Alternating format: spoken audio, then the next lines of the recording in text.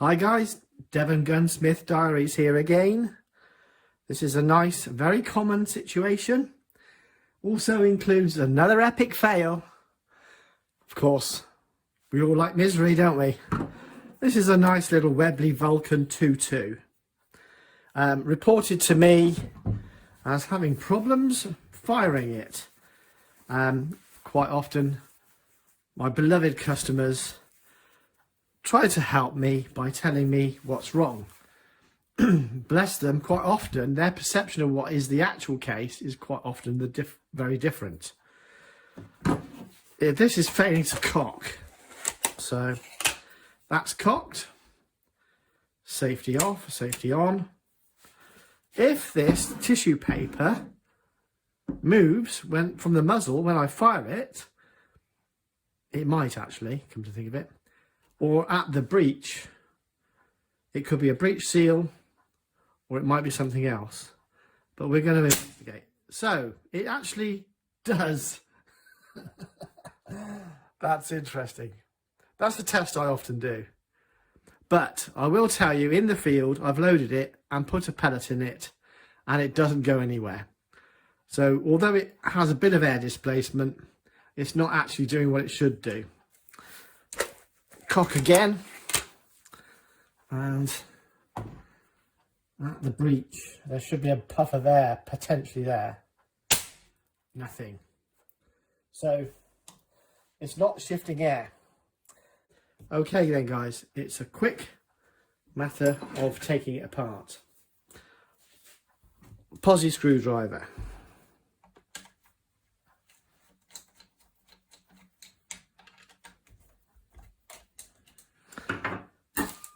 Now, I favour these magnetic work bowls because things have a habit of disappearing on you. They can't disappear if they're stuck to a magnet, which is in the tray. I forget who supplies these. They're relatively cheaply. In the UK, it's either Screwfix or Toolfix. An unabashed plug for them. I don't like anything from it. Long screw, short screw, trigger guard, 4 screws, 2. They're the ones that allow you to use the stock to cock this weapon.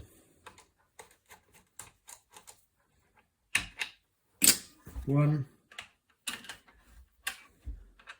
Now I'm holding this because it's all going to fall apart in a second, so. The actual solution to this is actually very straightforward. I don't want to spoil the reveal because you might move on. Okay, stock. Put that away safely. Right, so here's the gun. Now, I often use, as you know, since I've been doing my cottage kitchen gunsmithing, I quite often use a pair of gun stands, which I've made obviously. Most gunsmiths make a lot of their stuff. You can buy these things from your local gun shop as well, something similar. There's always a product for something. Most gunsmiths actually make most of their stuff. That's just a fact, I'm afraid. You need a drift, the right size. I'm going to sit down for this now. A small toffee hammer and just tap that through. 1 roll pin. Now the cocking arm will come out with a little bit of persuasion at this point.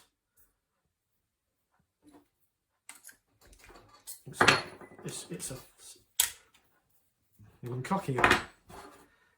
It's not an interference fit or anything. It just is what it is. Right. So the breech support pin needs to come out.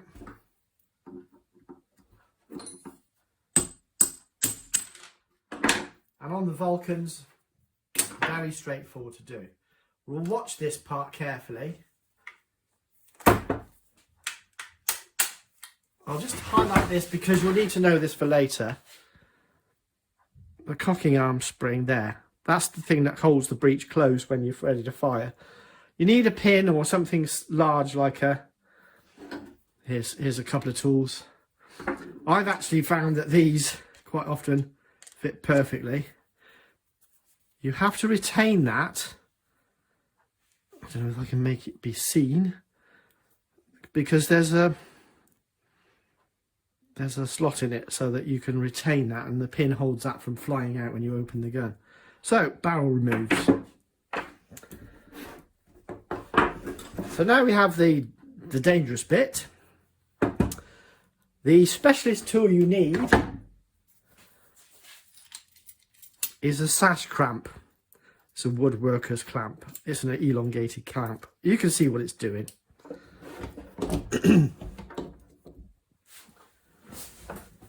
Just mess about with it until you get the right support.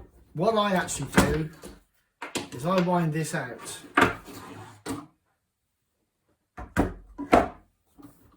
Just a bit.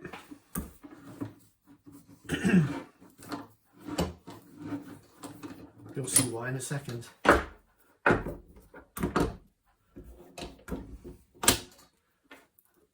Because the pin will never match up exactly. It just doesn't. It's Murphy's law. Okay, so we're just going to place that there like that, and then wind that out.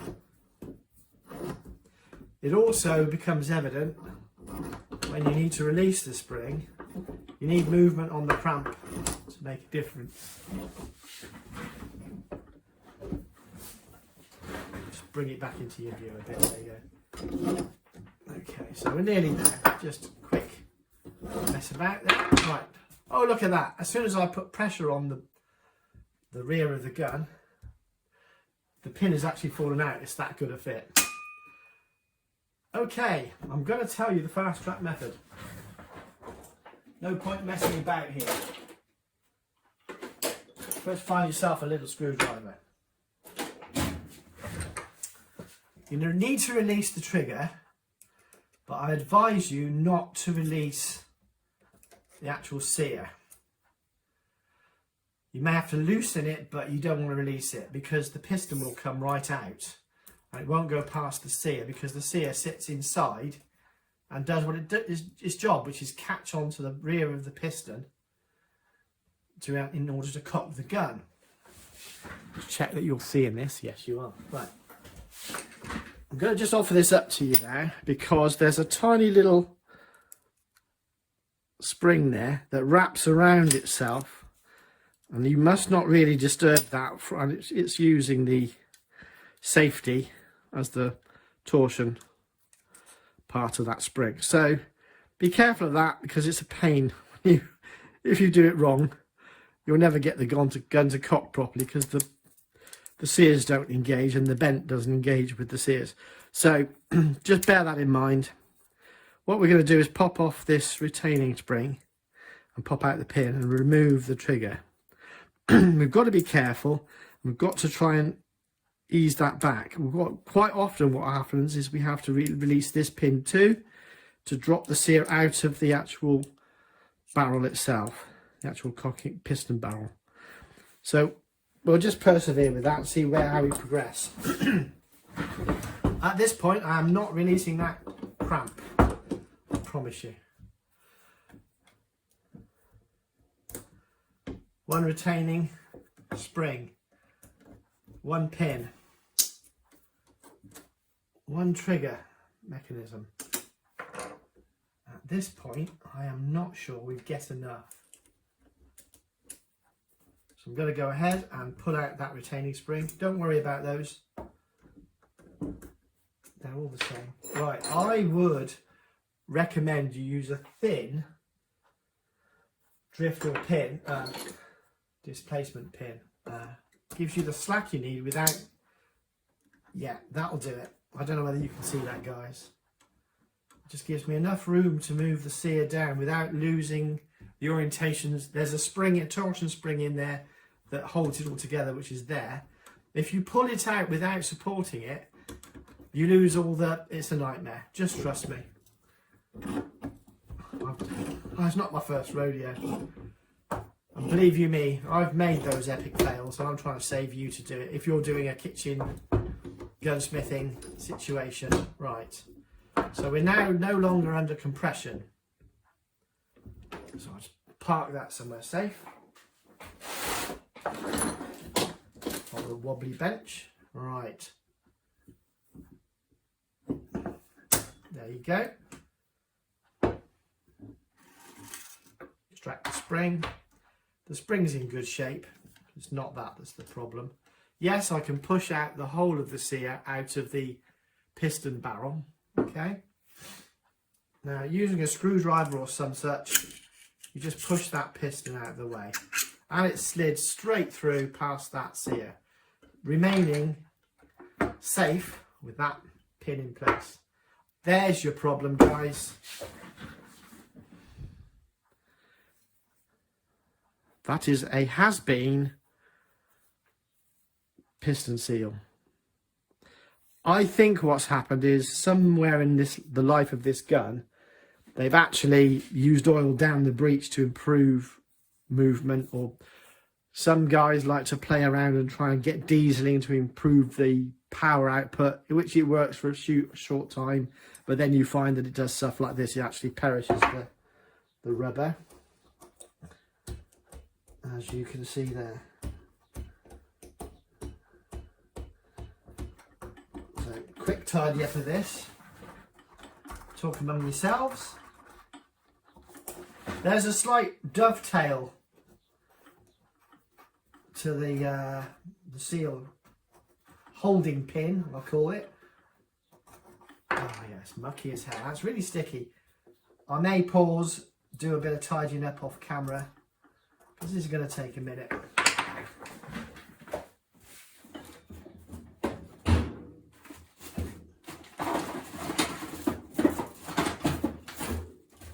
Sometime later, yeah, something like that needed. There you go. Pleased to announce that my off-grid workshop is almost finished, where I have a wire wheel wheel and a grinder.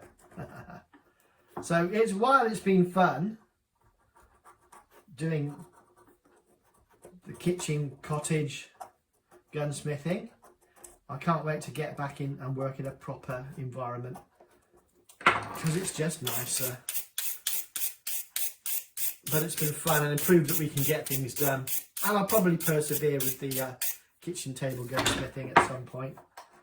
It's just a handy way of recording how we get things done. We'll see, it'll evolve as always. Okay, so you see that the retaining bar has a dovetail sort of effect to it. Okay, and here's something I prepared earlier. Hey, it's a piston seal. Funny story about that. The epic fail comes in to that. Sorry if I'm tapping the camera too much. There we go. Right.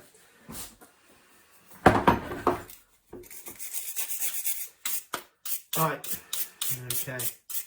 Obviously I've done some preparation. You just don't magic springs up from nowhere. I ordered this in lockdown, would you believe? And bless them, the Royal Mail delivered it. What happened was, this is a tiny thing, it's in a bubble wrap envelope. It's a normal size envelope. The problem is, they weren't actually getting the signed for parcel signed for.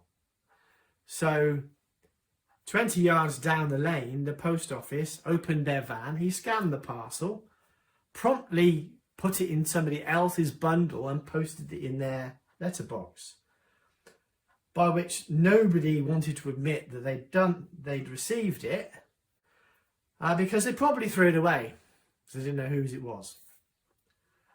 So that was 20 quid, because it mostly carriage, because this is very little money in reality. I think the breakdown was something like 2 quid for that, for whatever, a couple of quid for that, and 8 quid for the carriage. That's the usual kind of ratios. not very pleasing to somebody like me, because then I've lost. So 20 quid on this job is just not the profit out of the job altogether. We work for quite little amounts of money. I'm probably going to need some silicone lube on that. It's quite, or put that in a cup of hot water.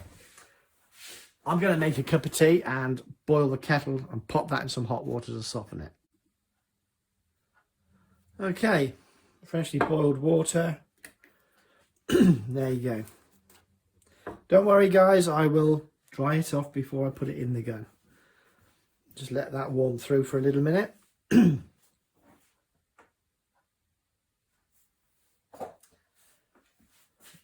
Right, so I'm going to let you into a trade secret. The nearest trade to gunsmithing is the auto industry. Lithium moly grease is the same stuff.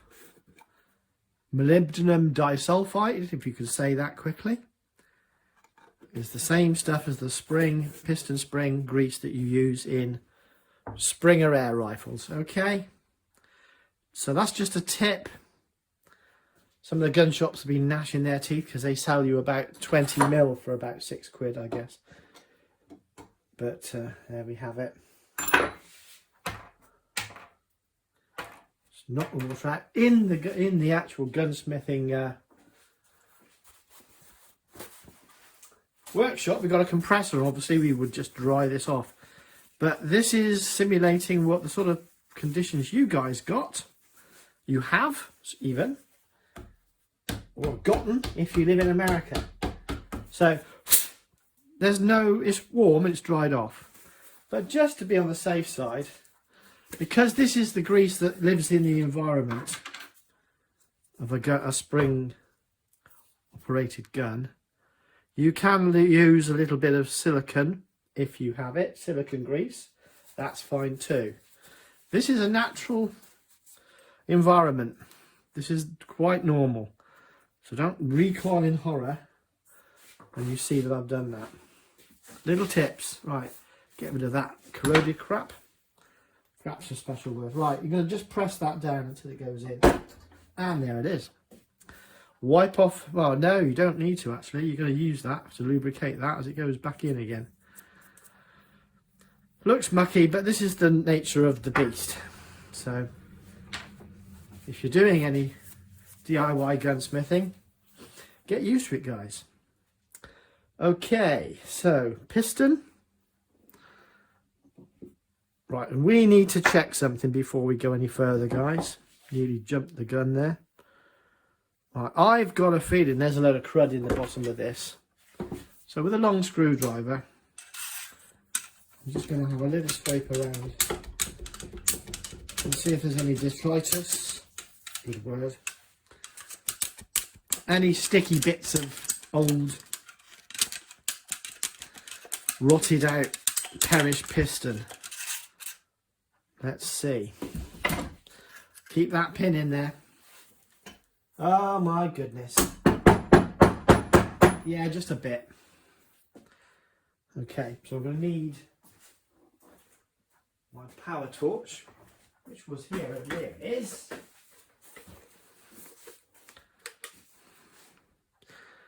Yeah, I don't know whether I can catch that. I'll try and get that. There you go. You just about see that, mate. There you go. There's loads of it in there.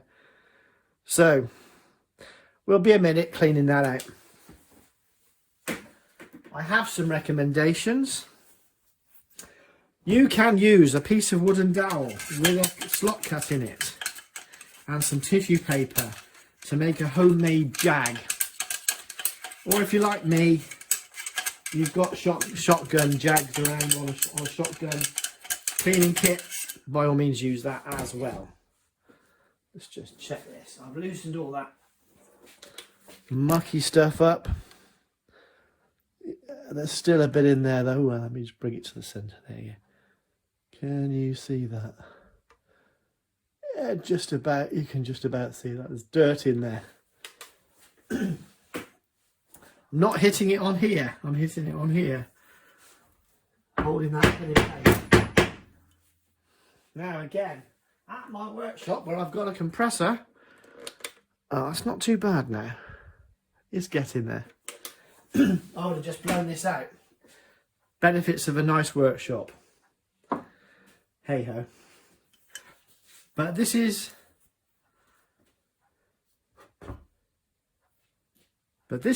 country kitchen gunsmithing. So anybody can do this at their kitchen table. Don't tell mum.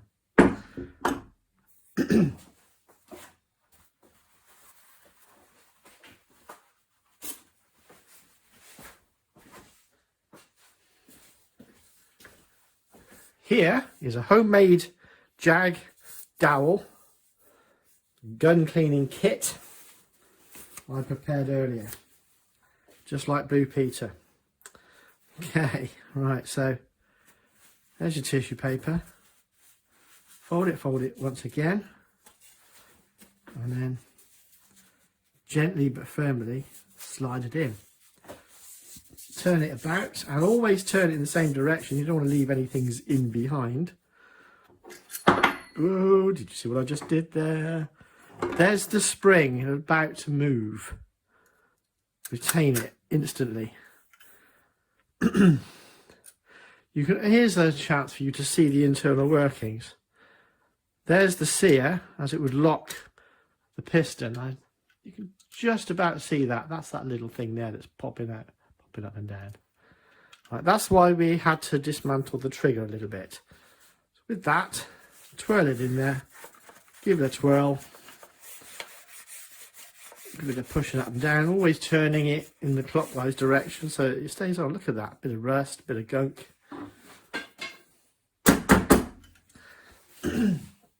Quick check with the torch. I think we're almost there, guys. Yeah, there's a little bit, but not a lot left. Again, a lot easier to achieve with a airline. I'm going to show you a little trick to get rid of that crap. Crud, or any other words that may be appropriate. With a longer piece of tissue, I'll get a fresh bit. Toilet tissue paper. I'm going for 4 pieces. Fold it again. It's a bit tricky, this. Okay. Pop the new piece in.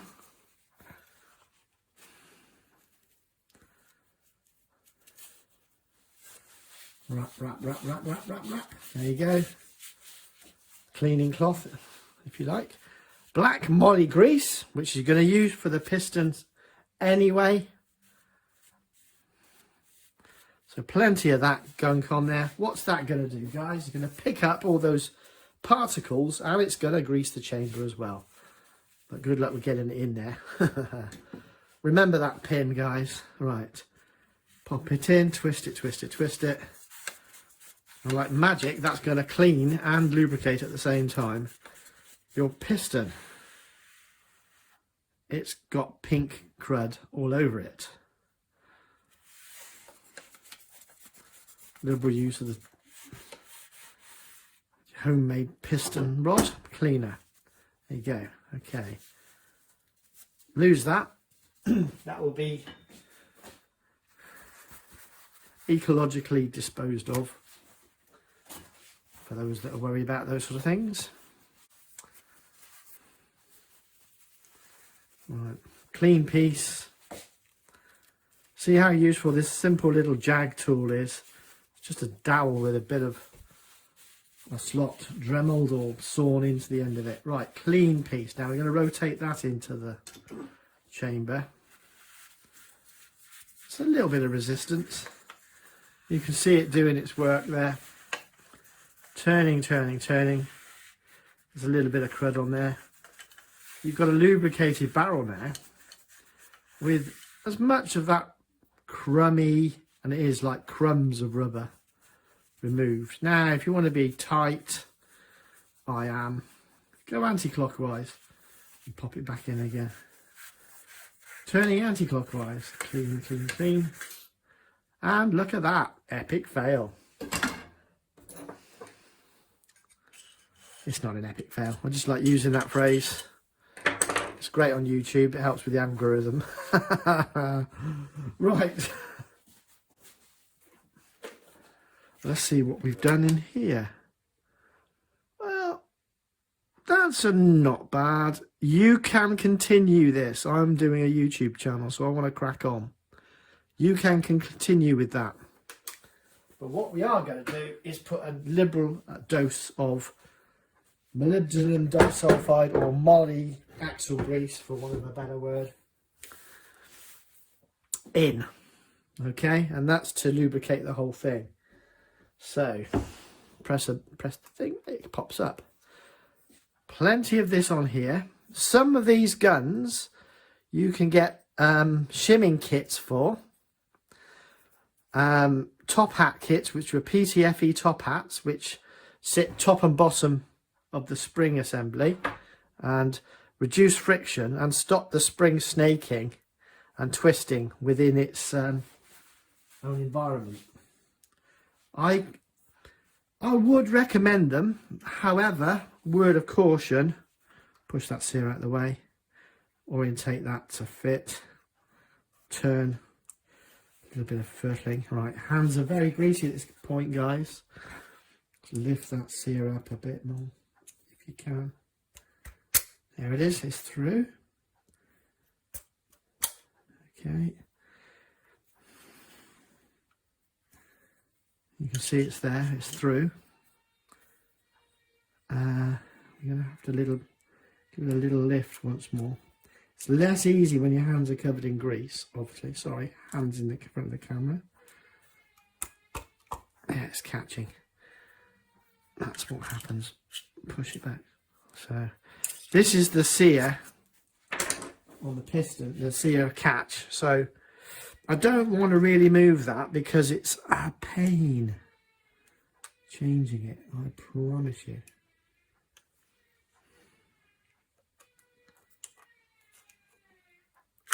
There we go. Just get it past there. It's caught again. So you leave a little bit of friction, push it past. Promise you, it's worth not messing with that. You get grease all over yourself. That's what happens. So, I don't know if I can show it because it's all black. Just there's a relief there. I can pop that up, see? Popped it in. Push that cylinder down past that point.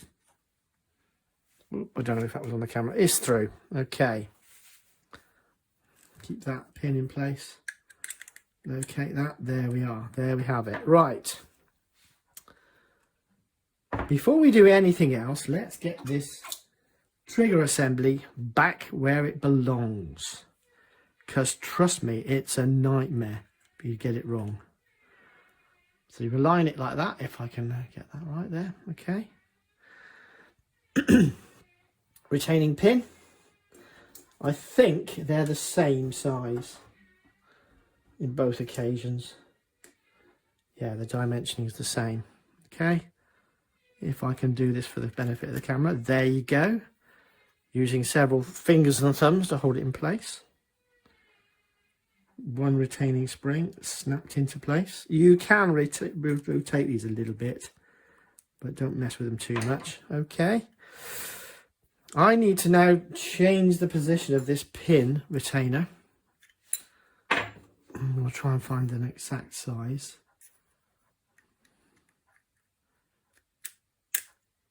So that spring's trying to fight me. It is literally this difficult. Right, you can see the spring is trying to pop out.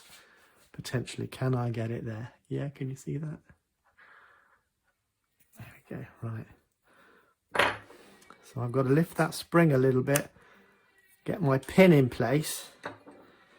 That is the slave pin. There's the pin you actually want to push through. And give it a little wiggle with greasy hands. And doing it for the benefit of the camera. There it is. Little tap. Not a big tap because you'll damage the relief on the pins. There we go. Clip. One action. Satisfactorily supplied. Yeah, that's okay. That's open. Now, big spring. I'm not directed to change the spring. I'm not going to. You can at this point change the spring. Word of warning, quite often they will then overpower your gun to either over the maximum for UK or American. Not American, European. So just thinking the Americans get away with it, they can have what they like, I'm pretty sure. Liberal amounts of this grease at this point. You don't want to put any other oil or anything in it, just this grease.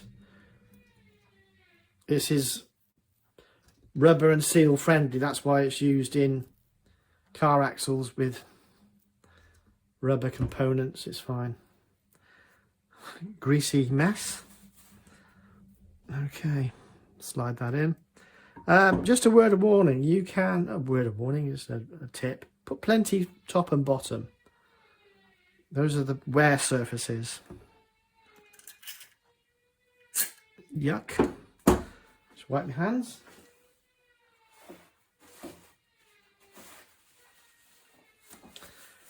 This is why I use this grease, because the little pots you can get are kind of a bit, let's say, annoying to say the least, because you want plenty of it.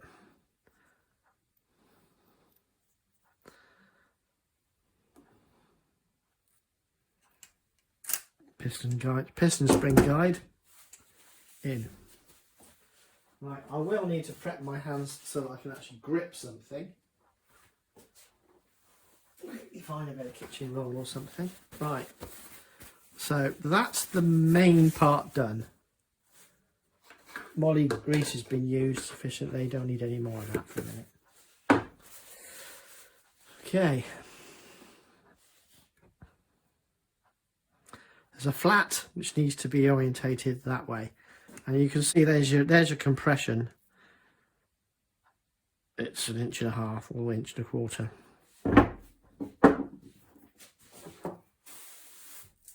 Right. Sorry, that's my head. Getting my head in the way. Right. So sash cramp once again. Need to organise myself, don't I?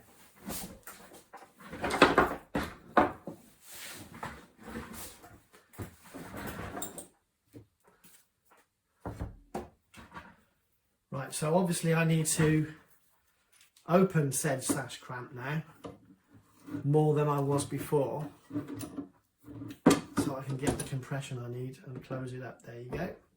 There we go. Lovely. We need to make that sit orientate correctly. It'll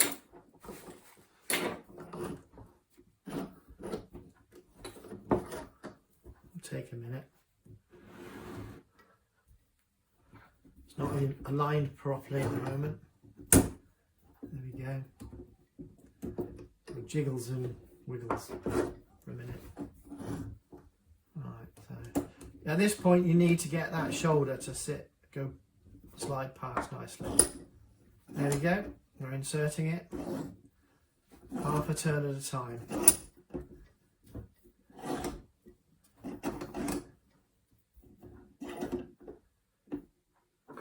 So make sure that's aligned. Cinch it up. Let's see. Oh, that's a good strong spring.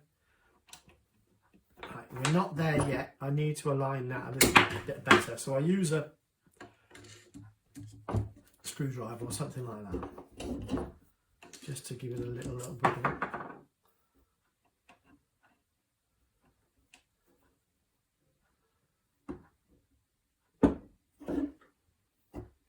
If it's right, of course, it will just slide in. Of course, it's never going to do that for me.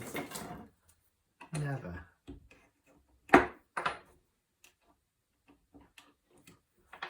Just take a look at this. I usually sight it up.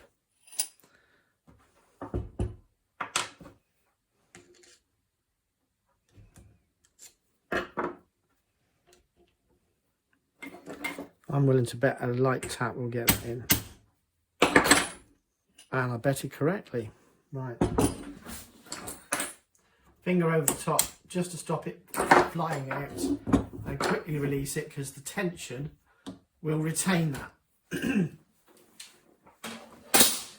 So now it's just a matter of getting it all back together again. Wipe off excess grease.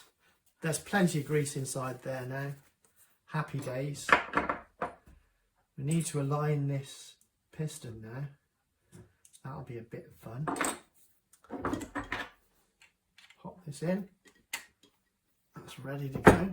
It gets a bit tense now because these breeches here are a really good fit. So you have to give it a bit of a wiggle and whatnot. So watch me struggle because then you'll know how it is. They are almost an interference fit at this point. They will go on, but when your hands are all greasy as mine are now, it's suddenly not so easy. I have a few tricks and tips I can give you. Cocking arm is in place. It's almost impossible at this point to get that in. There are ways. We have ways. It's nearly there. Nearly there. A sharp tap should get it in. No, not having it. Not having it. There you go. You wouldn't think that that would be that under that much tension, but it is. And greasy hands don't help. Right. Let's see if I can just make this happen. There you go. It's barely on, but it is on. So with some, there you go, a bit of elbow grease and wang, it's on. Now all you've got to do is wiggle it about under tension. Yours may not be this tight. This is actually in pretty good nick, apart from this error that was made with the oil. Okay, so now we've got to compress the latch. Okay. Trying to do this for you to see, so I need to align that and compress the latch at the same time. It is possible. I've done many of these. Oh, just to point out, I have checked previously. The breech seal is okay. It's intact. I've taken it out, cleaned it, put it back in again. Forgot to mention that. Okay, so let's see what we can do here. I'm just feeling that, making sure it's there or thereabouts. Okay.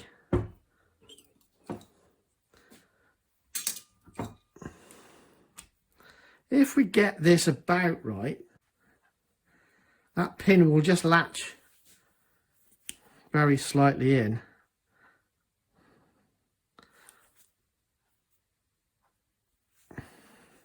Not all the way, just slightly. Maybe. There you go. See what I just did there? It was almost too quick for you. The pressure of that on the retaining bar, the latch bar, closed. Oh no, it didn't. Aha, see? Epic fail. Gotta love it. Always happens when it's live on TV. Anyway. That's how not to do it. Start again. Doesn't matter. We're all day. Right. So, again, this tightness never ceases to amaze me how tight it is. Back to that technique again. You don't do anything that causes damage or anything like that. Just heel of the hand it in. There we go. That's about there now.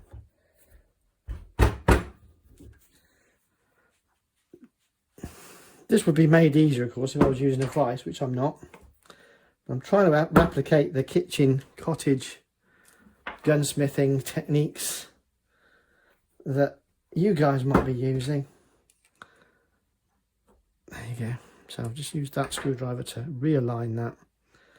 Okay, let's see if we can't get this to align for you.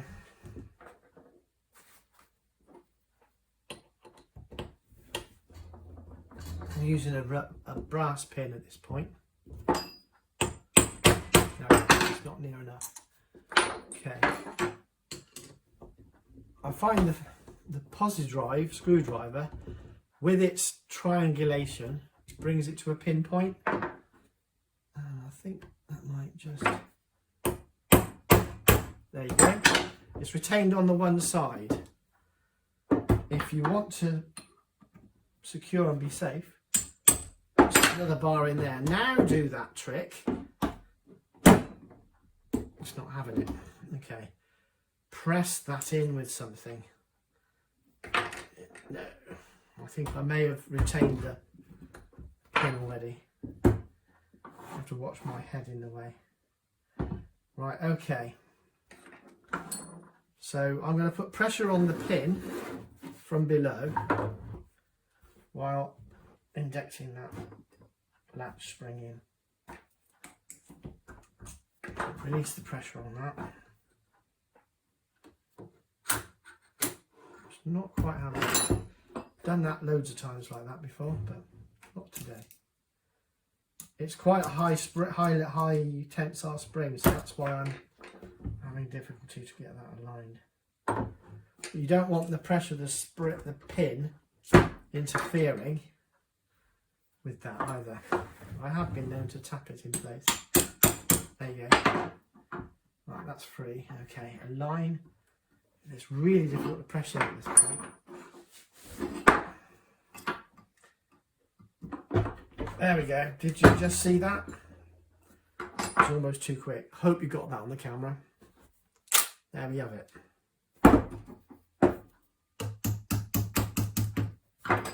That'll be retained by the fore end of the stock.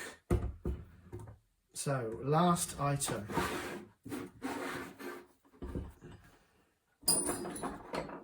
Cocking lever. Drop it in. Drop it in, slide it in. There you go. There you go. There we go. And then align that there.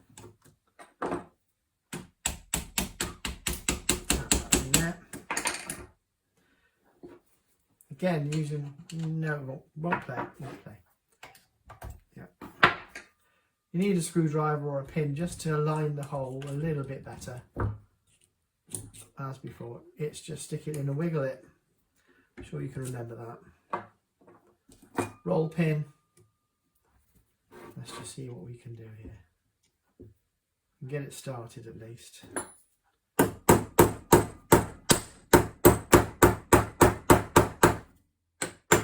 Don't ever force them in. And ideally use brass drifts to make sure it's in. Okay, we're in. At this stage, I quite often like to cock the weapon. Now, with that stock, it's rather dangerous to do. However, on these, on some air rifles, they have an articulated cocking arm, so you can never cock it. But this is a stiff one, a rigid bar. So, break it open.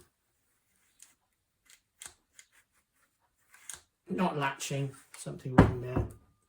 Gonna have to check that. Check and double check it. This is where you find you've got a problem. If I remember rightly on this one, all you have to do is just lift that sear up a bit. And it should go. There it is, boys and girls. Other genders are available apparently. Okay, that's now cocked. Don't do this at home. Safety on, safety off. Yep, plenty of oomph coming out of that muzzle now. Reassemble. At this point, I would take it to my chronograph, run it through the chronograph with some pellets in it, check that it's actually functioning correctly. But at this point, that's what we're going to do for now. That's acceptable. Stock back on.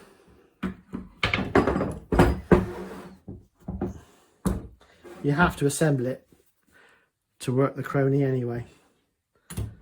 So there we have it.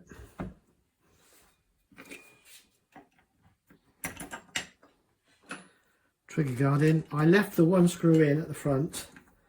It just reminds me which one's which. The long one goes to the back, in fact. I've got that smell of dieseling because it's got freshly greased piston seal, which won't affect it too much, but it definitely has a pneumatic sound now, sort of a pop rather than just a slap. So that's one of the most common, other than spring damage. Spragging of the spring is the second most common.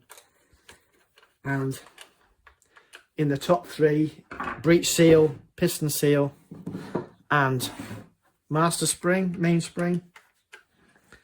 That's your air rifle.